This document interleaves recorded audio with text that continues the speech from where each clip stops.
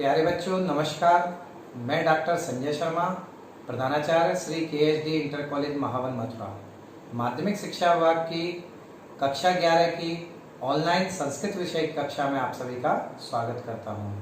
बच्चों, आज हम इस कक्षा में कक्षा 11 में संस्कृत विषय में निर्धारित रघुवंश महाकाव्य के द्वितीय सर्ग के कुछ श्लोकों का अध्ययन करेंगे। इससे पूर्व हमने रघुवंश महाकाव्य के द्वितीय सर्ग के कुछ श्लोकों का अध्ययन किया। आज पुनः हम कुछ श्लोकों का अध्ययन करेंगे। बच्चों, अध्ययन प्रारंभ करने से पूर्व एक बार पुनः इसके उद्देश्य संक्षेप में देख लेते हैं। हमने उद्देश्य इससे पूर्व की कक्षा में आपको विस्तृत रूप से समझाए थे। इसका सबसे मुख्य उद्देश्य भावी परीक्षा में अंक विभाजन की दृष्टि से तैयारी करने में आपको सहायता प्रदान करना, ये सबसे मुख्य उद्देश्य। तो बच्चों, पाठ प्रारंभ करने से पूर्व हमने जो पिछले अध्ययन में पढ़ा है उन श्लोकों का संक्षेप में जो कथा है वो देख लेते हैं। सबसे पहले छठे श्लोक में छाया के समान राजा दिलीप का, नंदिनी गाय के खड़े होने पर खड़े होने का, चलने पर चलने का तथा बैठने पर बैठने का और जल पीने पर जल पीने का इच्छुक होने का वर्णन किया गया था। सातवें श्लोक में वन में राजा दिलीप का छत्र चांवर आदि राजचिन्हों का त्याग करने पर भी अपने तेज के कारण राजश्री को धारण करने का वर्णन किया गया था। आठवें श्लोक में राजा दिलीप के द्वारा धनुष धारण करके नंदिनी गाय की रक्षा के बहाने से मानो जंगली दुष्ट जीवों को शिक्षा देने का वर्णन किया गया था। अब अगला श्लोक देखिए, 9वां श्लोक। इस श्लोक में राजा दिलीप का वन के जो वृक्ष हैं, पशु पक्षी हैं, उन सब के द्वारा राजा की जय जयकार किए जाने का वर्णन यहाँ पर किया है।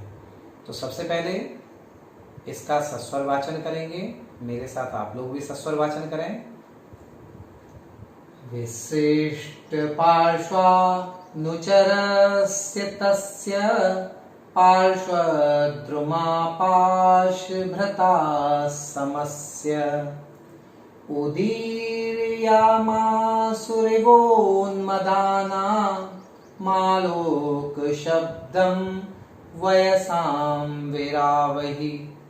बहुत ही अच्छा श्लोक है ये भी। देखिए, कालिदास के प्रत्येक श्लोक में इतना अच्छा भाव छुपा हुआ है कि उन भावों को अगर हम विस्तृत व्याख्या करें तो समय भी अल्प पड़ जाए।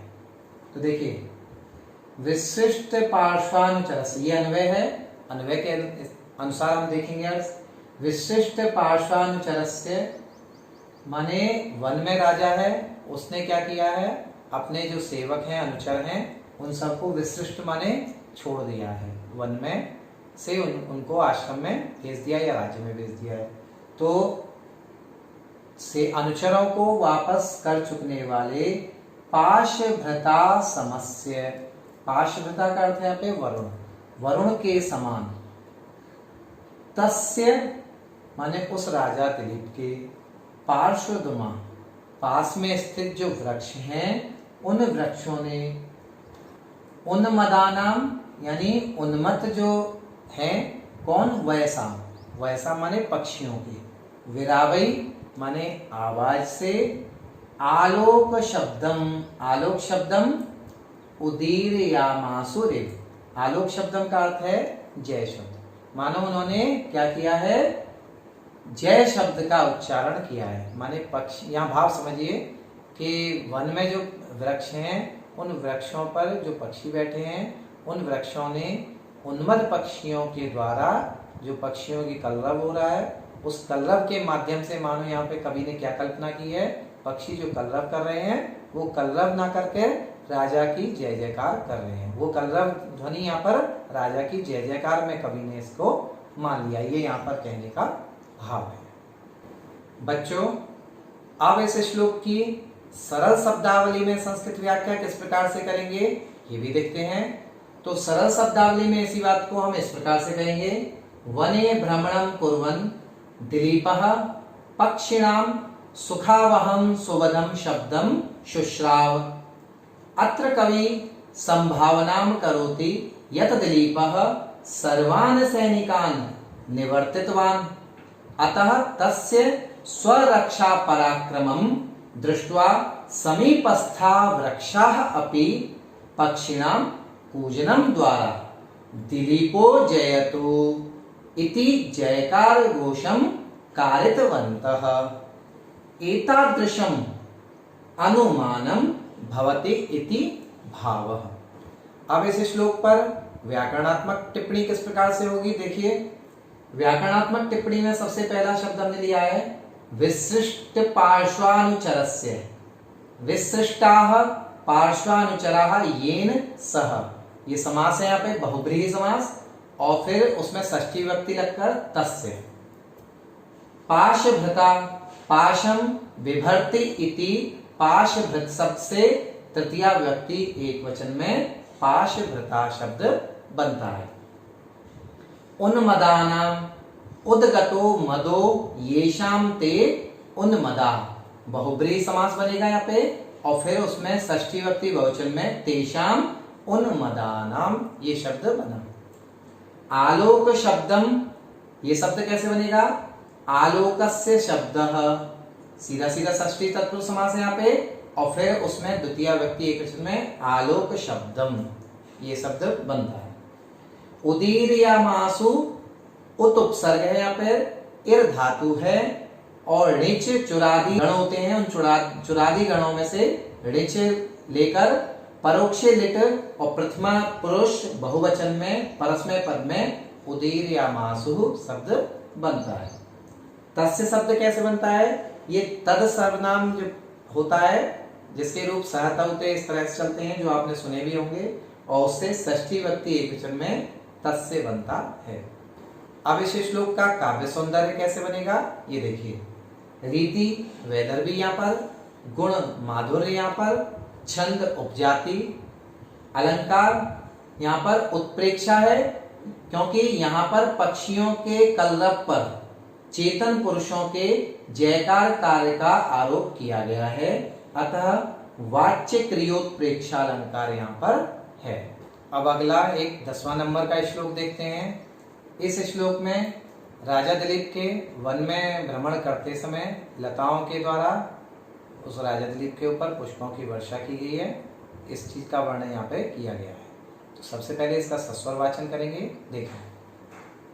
मरुत्प्रयुक्ताश्च मरुत्सखाभं तमर्च्यमारादभिवर्तमानम् अवाकिरन् बाललताः प्रसूनै राचारलाजैरिव पौरकन्याः। यहाँ पहले इसका भाव समझ लेते हैं। राजा दिलीप वन में नंदिनी गाय की सेवा करते हुए भ्रमण कर रहे हैं। तो भ्रमण करते समय जब वह वृक्षों के लताओं के समीप से निकलते हैं तो उस समय लताओं के द्वारा उन पर पुष्प गिराए जाते हैं, और उन पुष्पों के गिराए जाने की घटना को कवि ने यहाँ पर बहुत ही सुंदर उसका चित्रण किया है। उनकी तुलना कवि ने की उस प्रकार की है जिस प्रकार से जब राजा लोग नगर में प्रवेश करते हैं तो नगर की जो कन्याएं होती हैं वो कन्याएं उन पर आचार के लाजे, यानी धान के जो लावे होते हैं, लाजे होते हैं, उन लाजों को मांगलिक रूप में उनके ऊपर बिखेरती हैं। तो ये यहाँ पर कहने का कवि का भाव है। तो अब इसका अर्थ देखेंगे हम। मरुत प्रयुक्ता, यानी मरुत प्रयुक्ता का अर्थ है हवा के द्वारा हिलाए जाने पर। बाल लता, बाल लता माने छोटी छोटी जो लताएं हैं उन्होंने आरात, आरात अभिवर्तमानम, आरात माने समीप में, अभिवर्तमानम माने विद्यमान, समीप में विद्यमान मरुत सखावम। मरुत सखावम का अर्थ है यहाँ पे अग्नि के समान तेजस्वी। अग्नि के समान तेजस्वी यहाँ पर राजा के लिए प्रयुक्त हुआ है। तो अग्नि के समान तेजस्वी अर्च्यम माने उस पूजनीय तम, पूजनीय यहाँ पर राजा है तो अर्च्यम तम प्रसूनई माने पुष्पों के द्वारा, पौर कन्या नगर की जो कन्याएं हैं उन कन्याओं ने आचार लाजई, अवाकिरन। आचार के जो लाजे होते हैं, जो धान के लाजे होते हैं, लावे होते हैं, उनको अवाकिरन माने बिखेरा। ये कवि का यहाँ पर कहने का भाव है। बच्चों, अब इस श्लोक की सरल शब्दावली में व्याख्या किस प्रकार से हम देंगे, ये देखिए। यदा राजा वने भ्रमन् आसीत् तदा वायु प्रेरिताः बाललताः दिलीपस्य उपरि मांगलिकं पुष्पवर्षणम् अकुर्वन् तेन इदं प्रतीतम् अभवत् यत् पुरवासीनां कन्यकाः राज्ञः उपरि आचारलाजै इव अक्षिपन्। अब इस श्लोक पर व्याकरणात्मक टिप्पणी इस प्रकार से बनेगी। मरुत प्रयुक्ता शब्द बनेगा। कैसे? मरुता प्रयुक्ता, तृतीया तत्पुरुष समास है यहाँ पे, और फिर उस तृतीया तत्पुरुष समास में प्रथमा विभक्ति बहुवचन में मरुत प्रयुक्ता शब्द बना। मरुत सखावम शब्द कैसे बनेगा? देखिए, मरुत सखा एव आभातिति मरुत सखावः, फिर द्वितीय विभक्ति एक वचन में मरुत सखावम, ये शब्द बना। अभिवर्तमानम, अभि उपसर्ग पूर्वक वृत्त धातु से लट लकार होने के पश्चात और फिर सानज प्रत्यय यहाँ पे लगने के बाद द्वितीय विभक्ति एक वचन में अभिवर्तमानम, ये शब्द बनता है। आचार लाजई, आचारार्थम लाजाह, आचार लाजाह, चतुर्थी तत्पुरुष समास बनेगा, और तई उससे ये आचार लाजई शब्द बना। पौर कन्या, पौराणाम कन्या, षष्ठी तत्पुरुष सीधा सीधा समास है, और प्रथमा विभक्ति बहुवचन में पौर कन्या, ये शब्द बना। अवाकिरन, अव उपसर्ग है यहाँ पे, और क्री धातु से लंग लकार प्रथम पुरुष बहुवचन में अवाकिरन बना। बच्चों, अब इस श्लोक का काव्य सौंदर्य देखिए। रीति यहाँ पर आप वेदर भी लिखेंगे, गुण माधुर्य लिखेंगे, छंद यहाँ पर उपजाति लिखेंगे, और अलंकार यहाँ पर उपमा अलंकार का यहाँ पर प्रयोग किया गया है। अब इस 11वें श्लोक में हरिणियों के द्वारा राजा को देखने का वर्णन किया गया है। तो सबसे पहले इसका सस्वर वाचन करेंगे। देखिए, धनुर्भृतोऽप्यस्य दयार्द भाव माख्यातमन्तः कर्णैर्विशङ्कैर्विलोकयन्त्यो वपुरापुरक्षां प्रकाम विस्तार फलम हरिण्यः। देखिए, धनुर्भृतो अपि, यानी राजा ने वन में नंदिनी गाय की सेवा के समय धनुष धारण किया हुआ है। तो धनुर्भृतो अप्य, धनुष धारण किए हुए भी, भाई धनुष धारण किया हुआ है तो किसी भी जानवर को राजा मार भी सकता है, लेकिन वह इस समय किसी भी पशु को, जानवर को मार नहीं रहा है। तो धनुर्भृतो अपि, धनुष धारण किए होने पर भी, अस्य माने इसके, विशंकई अंतःकरणई, निर्भीक अंतःकरण से, इस राजा के अंदर जो अंतःकरण है इसका, इस अंतःकरण से निर्भीकता जो प्रकट हो रही है, और दयार्द भावम, दयार्द भावम, और दया का जो भाव प्रकट हो रहा है वो आख्यातम, आख्यातम माने उसको कौन कह रहा है? इसका वपु, इसका जो शरीर है, जो राजा का शरीर है, वो इस बात को प्रमाणित कर रहा है। राजा का शरीर इस चीज को बतला रहा है कि दया और निर्भीकता अब सब लोग महसूस करें।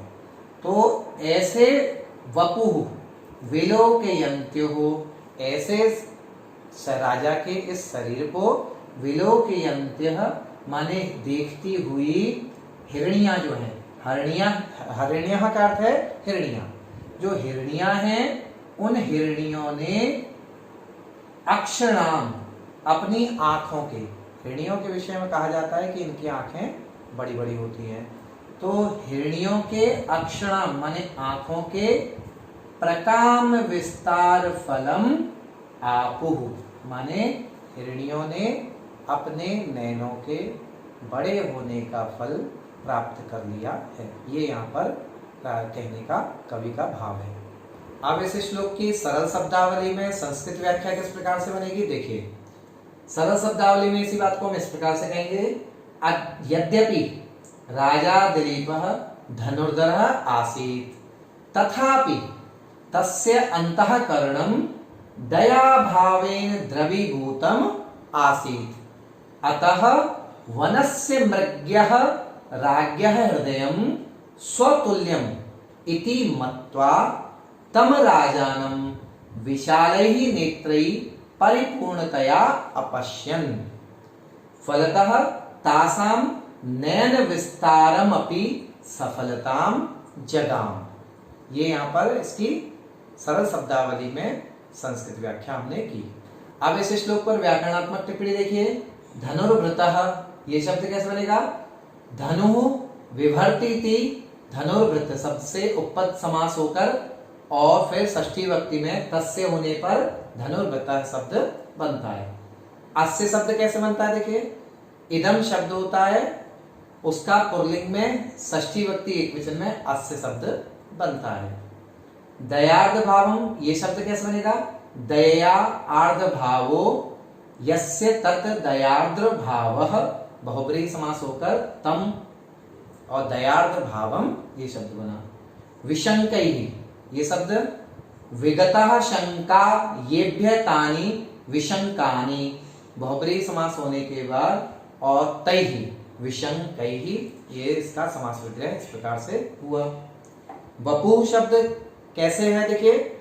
वपुः शब्द होता है इसमें मूल शब्द, और उससे नपुंसक लिंग जो वपुः शब्द होता है उससे द्वितीय व्यक्ति एकवचन में वपुः शब्द यहाँ पर ये बना हुआ है।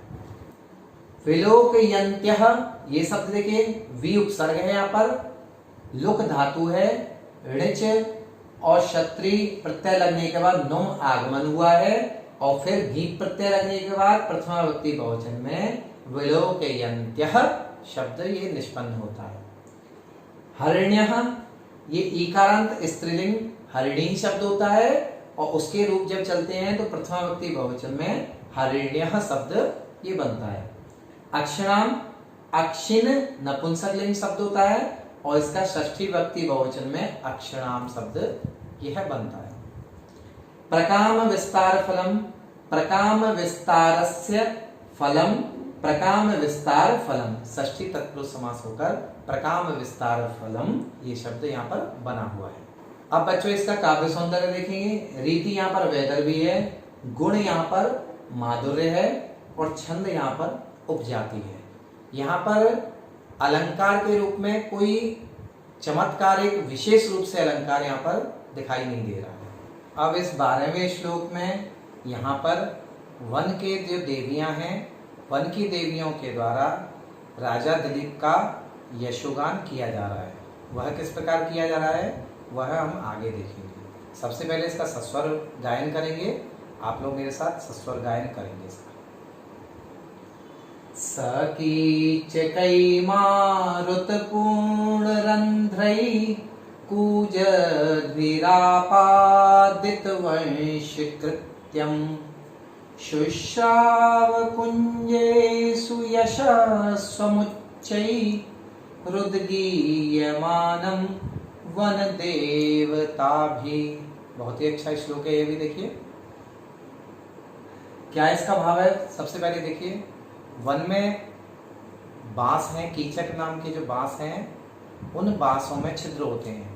तो उन छिद्रों से जब हवा निकलती है, हवा उनसे गुजरती है, तो वह बांसुरी का काम कर रहे हैं। और यहाँ पर कवि ने इसी भाव को राजा की प्रशंसा के लिए प्रयुक्त किया है कि वन की देवियाँ एक तरह से राजा की बांसुरी वाद्य के द्वारा प्रशंसा कर रही हैं। कैसे, देखिए। सह मारुतपूर्ण रंध्रई, वह राजा मारुतपूर्ण रंध्रई, मारुतपूर्ण रंध्रई का अर्थ है हवा जिनके अंदर भरी हुई है, मारुत भरी हुई है, वायु जिनके अंदर भरी हुई है। ऐसे कूजद भी माने आवाज करते हुए, कीचकई, कीचक नाम के जाति के जो बांस हैं उनके द्वारा आपादित वंश कृत्यम, संपादित किया गया है बांसुरी का काम जिनके द्वारा। ऐसे कुंजेसु, जो जंगल में कुंज हैं, उन कुंजों में वन देवता भी, वन की जो देवियां हैं उन देवियों के द्वारा उच्चई, उच्चई माने तेज स्वर के द्वारा, स्वम माने अपने, उद्गीयमानम उच्चारित किए गए, उच्चारित या गाए जाते हुए, स्वम माने अपने, यशः शुश्राव अपने यश को उस राजा दिलीप ने सुना। ये कहने का यहाँ पे कवि का भाव है। यानी उस राजा दिलीप ने हवा से भरे हुए पूजन आवाज करते हुए कीचक नाम के बांसों के द्वारा आपादित वंश कृत्यम, बांसुरी का काम जिनके द्वारा किया जा रहा है, ऐसे वन के कुंजों में वन देवताओं के द्वारा ऊंचे स्वर में गाया जाता हुआ, उद्गीयमानम माने गाया जाता हुआ, अपने यश को उस राजा दिलीप ने सुना। अब इस श्लोक की सरल शब्दावली में संस्कृत व्याख्या किस प्रकार से बनेगी देखिए। गोचारण काले वने वायुना परिपूरित छिद्राः कीचक नामकाः वंश विशेषाः पूजन्तः आसन्।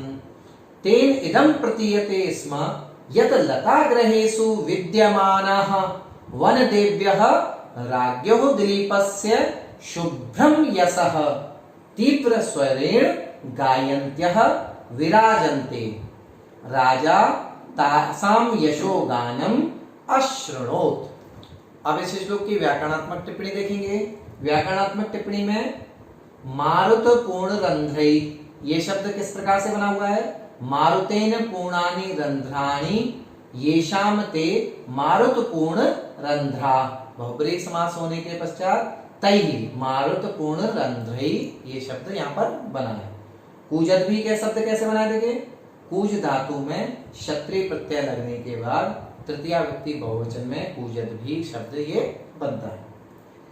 आपादित वंश कृत्यम, आपादितम वंश कृत्यम यस्मिन तत् बहुब्रीहि समास होकर यहाँ पर द्वितीय व्यक्ति एक वचन में आपादित वंश कृत्यम ये शब्द यहाँ पर बना है। वन देवता भी, वनस्य देवताः वन देवताः, षष्ठी तत्पुरुष होकर ताभी वन देवता भी, तृतीया व्यक्ति बहुवचन में बनने के पश्चात वन देवता भी ये शब्द बनेगा। उद्गीयमानम, उत उपसर्ग है यहाँ पर, गई धातु है, लट लकार यहाँ पर पहले बनेगा, फिर शानच प्रत्यय होकर ये शब्द बन जाएगा और शब्द बनने के बाद द्वितीय व्यक्ति एक वचन में उद्गीयमानम ये यहाँ पर शब्द बना। यशः शब्द कैसे बनता है देखिए। यशः शब्द होता है नपुंसकलिंग, उसमें द्वितीय व्यक्ति एक वचन में यशः शब्द यहाँ पर ये है। शुश्राव, श्रु धातु है, परोक्षे लिट होने के पश्चात प्रथम पुरुष एक वचन में और परस्मय पद में शुश्राव ये शब्द बना है। अब इस श्लोक का काव्य सौंदर्य देखेंगे। काव्य सौंदर्य किस प्रकार है? रीति वैदर्भी है यहाँ पर, गुण माधुर्य है, छंद इस श्लोक में उपजाति है और अलंकार यहाँ पर चेतन के यशोगान को बांसों की ध्वनि पर आरोपित किया गया है, अतः वह क्रिया के साथ संबद्ध है तथा एव का प्रयोग नहीं है, अतः गम्य क्रियोत्प्रेक्षा अलंकार यहाँ पर है। प्यारे बच्चों, पढ़ने के पश्चात जो हमने पढ़ा हुआ है उस पढ़े हुए का मूल्यांकन भी आवश्यक है। मूल्यांकन यह बताता है कि हमने जो पढ़ा है वो पूरे ध्यान से पढ़ा है अथवा नहीं। तो मूल्यांकन के रूप में यहाँ मैं कुछ गृह कार्य आपको दे रहा हूँ। इस गृह कार्य का पूरी ईमानदारी के साथ आप उत्तर देंगे और उत्तर देने के बाद आप स्वयं अनुभव करेंगे कि आपने जो सीखा है वो पूर्णतः सीखा है अथवा अभी उसे पुनः सीखने की आपको आवश्यकता है। तो इसलिए आइए गृह कार्य के रूप में मैं कुछ वैकल्पिक प्रश्न आपको दे रहा हूँ, इनके उत्तर आप स्वयं देंगे। इनमें 4 विकल्प हैं, 4 विकल्पों में से आप जो सही उत्तर हो उस उत्तर को देंगे। तो देखिए, पहला प्रश्न है तस्य पार्श्वद्रुमा उन्मदानां वयसां कई आलोक शब्दन उदीर्यमासु रिप। इसके 4 विकल्प हैं, वृक्षई, पादई, विरावई, हस्तई। इनमें से जो सही विकल्प हो उस विकल्प को आप लिखेंगे। दूसरा प्रश्न देखिए, तम प्रसूनैः आचारलाजै इव अवाकिरन्। यहाँ खाली स्थान दिया हुआ है। इस खाली स्थान में 4 विकल्प हैं, पौर कन्याः, युवतयः, महिलाः और मित्राणि। इनमें से जो सही विकल्प हो उस सही विकल्प को इस खाली स्थान में आप लिखेंगे। तीसरा प्रश्न देखिए, काह अक्षणान प्रकाम विस्तार फलम आपुः। इसके भी 4 विकल्प हैं, अश्वाः, हरिण्यः, ग्रहण्यः, पिपीलिकाः। इनमें से जो सही विकल्प हो उस सही विकल्प को आप लिखेंगे। चौथा प्रश्न है, वन देवता भी उच्चै उद्गीयमानम स्वम किम शुश्राव। 4 विकल्पों में से देखिए, पहला विकल्प है पयः, दूसरा विकल्प है मनः, तीसरा विकल्प है यशः और चौथा विकल्प है रामः। इनमें से जो सही विकल्प हो उस सही विकल्प को आप लिखें। 5वां प्रश्न देखिए, विशिष्ट पार्श्वान तस्य। यहाँ पर खाली स्थान है। इस खाली स्थान में जो सही विकल्प है उस सही विकल्प को आप लिखेंगे। रामस्य, अनुचरस्य, वृक्षस्य और पादपस्य। इनमें से जो सही विकल्प हो उस खाली स्थान को आप पूरा करेंगे इससे। पुनः देखिए 6वें प्रश्न में, मरुत प्रयुक्ताश्च, फिर खाली स्थान दिया गया है। इस खाली स्थान को पूरा करेंगे इन 4 विकल्पों में से जो सही विकल्प है उस विकल्प के द्वारा। सखस्य, युवतयः, महिलाः, मरुत सखावम। इनमें से जो सही विकल्प हो उस सही विकल्प को आप लिखें। 7वां प्रश्न देखिए, धनुर्व्रतो अप्यस्य, खाली स्थान है अर्धभावम। इसके 4 विकल्प हैं, दया, क्षमा, चटका, पिपीलिका। इन 4 विकल्पों में से जो सही विकल्प हो उस सही विकल्प को आप लिखेंगे। और 8वां प्रश्न देखिए, सह काभि उद्गीयमानम स्वम यशः शुश्राव। इसमें 4 विकल्प हैं। इन 4 विकल्पों में से जो सही विकल्प हो, बालिका भी, महिला भी, वन देवता भी और नायिका भी। इस प्रकार से बच्चों ये हमारा गृह कार्य हुआ। इस गृह कार्य को आप अपने घर पर करेंगे और स्वयं मूल्यांकन करेंगे। इसके साथ साथ बच्चों गृह कार्य के रूप में आप आगे के कम से कम 4 या 5 श्लोक स्वयं अध्ययन करेंगे और उन 4 या 5 श्लोकों का अध्ययन करने के बाद, उनको समझने के बाद आप पुनः जब हमारी कक्षा होगी तो आप आएंगे तो आप स्वयं अनुभव करेंगे कि जो आप पढ़ेंगे वो आपको और अच्छी तरह समझ आ रहा है। साथ ही साथ जो हमने पढ़ाया है इन श्लोकों का बार बार पुनः पुनः अभ्यास करेंगे, क्योंकि अभ्यास करने से ही विद्या आएगी। बार बार जितनी बार आप अभ्यास करेंगे तो आपको वह श्लोक पूर्णतः समझ आ जाएगा। आपको आवश्यकता पड़े पुनः पुनः आप इसे देखें तो आपको पता चलेगा कि यह आपके लिए लाभप्रद है। साथ ही साथ आप जो हमने आज पढ़ाया है, जो हमने श्लोक आज पढ़े हैं, उन श्लोकों को बार बार अभ्यास करें तो आपको स्वयं ही अनुभव होगा कि आपने जो पढ़ा है वो आपको लाभ दे रहा है। इस प्रकार बच्चों आज हमने कुछ श्लोक पढ़े, उन श्लोकों का हिंदी व्याख्या देखी, उनकी संस्कृत व्याख्या देखी, उनकी व्याकरणात्मक टिप्पणी देखी, उनका काव्य सौंदर्य देखा था, उनका सस्वर वाचन भी किया। इस प्रकार से आगे की कक्षा में पुनः हम मिलेंगे और फिर पुनः हम नए श्लोकों के साथ आपके सामने उपस्थित होंगे। तब तक के लिए सभी को प्रणाम।